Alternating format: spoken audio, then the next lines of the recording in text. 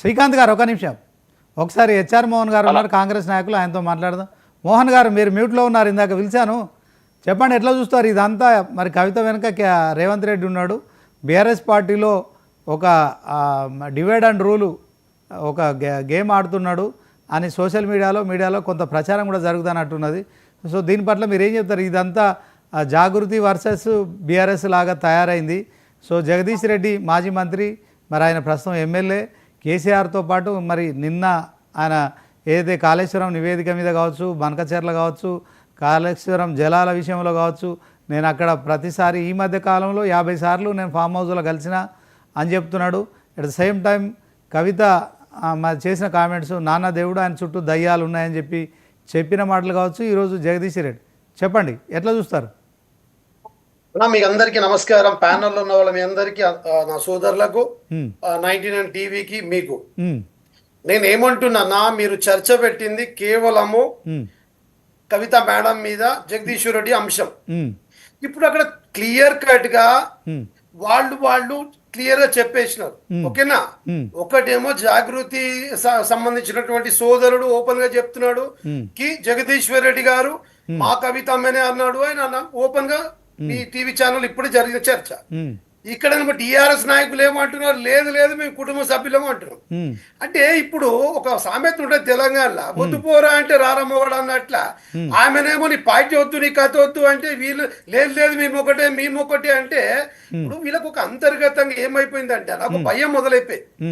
ఇప్పుడు కవితమ్మకు రేవంత్ రెడ్డి గారు మద్దతు ఇస్తున్నారా, ఇంకోటి మద్దతు ఇస్తున్నారా, ఇంకోటి మద్దతు ఇస్తున్నారా అంశం కాదండి. ఇక్కడ కవిత గారికి ఉన్నటువంటి అంతర్మతం ఆయనకి ఏముందో, తనకి ఇబ్బంది 10 ఏళ్ళు తన కుటుంబ నేపథ్యంలో. అంటే మోహన్ గారు ఒకటే మాట, మొన్న తెలంగాణ సీఎం రేవంత్ రెడ్డి గారు నల్గొండలో పర్యటించిన సందర్భంలో జగదీష్ రెడ్డిని 3 ఫీట్లున్న ఒక బీఆర్ఎస్ ఎమ్మెల్యే బాగా ఎగిరి పడుతున్నాడని ఆయన మాట్లాడిన 10 రోజులలో ఈరోజు జాగృతి అధ్యక్షురాలుగా, బీఆర్ఎస్ ఎమ్మెల్సీగా కవిత అదే బీఆర్ఎస్ పార్టీలో జగదీష్ రెడ్డిని లిల్లీ ఫుట్ అనడం, తర్వాత మరి నల్గొండలో చావు తప్పి కన్నులట గెలిచింది ఒకడే ఆయన, అందులో ఎలాంటి సందేహం లేదు. సో మరి రేవంత్ రెడ్డి మాట్లాడిన తర్వాత ఎమ్మెల్సీ కవిత, సీఎం రేవంత్ రెడ్డి మాట్లాడిన తర్వాత ఎమ్మెల్సీ కవిత మాట్లాడడం, సో మరి ప్రచారం జరుగుతున్న విధంగా అంటే కవిత వెనుక రేవంత్ రెడ్డి ఉన్నాడు అని జరుగుతున్న ప్రచారం నిజం అనిపించేలా మరి 10 రోజులు జరిగిన ఈ 2 కామెంట్స్ని మనం ఎట్లా చూస్తాం చెప్పండి?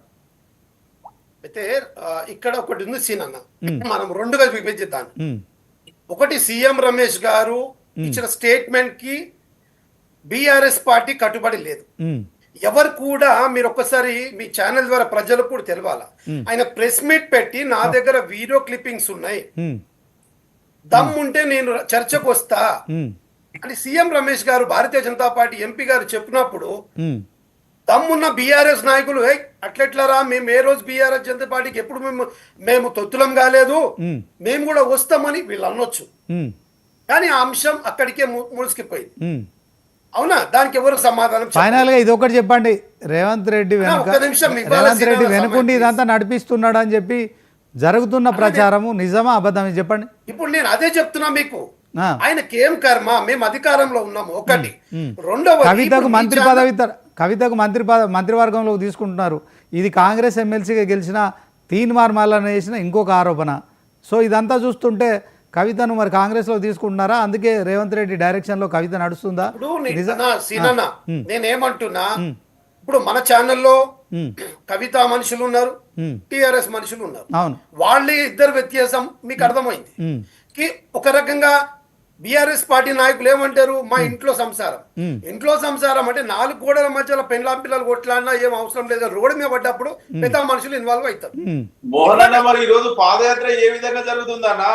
నువ్వు సబ్జెక్ట్ డివేషన్ చేస్తావు, సబ్జెక్ట్ చెప్పు నాకు, చెప్పండి మీరు సబ్జెక్ట్ చెప్పు. పాదయాత్ర మాట్లాడుతున్నావు, ఢిల్లీకి పోతే సబ్జెక్ట్ చెప్పన్నా. రాష్ట్ర స్థాయి నేను ఒకటి చెప్తా, మీరు ఒకటి మాట్లాడతారేమన్నా.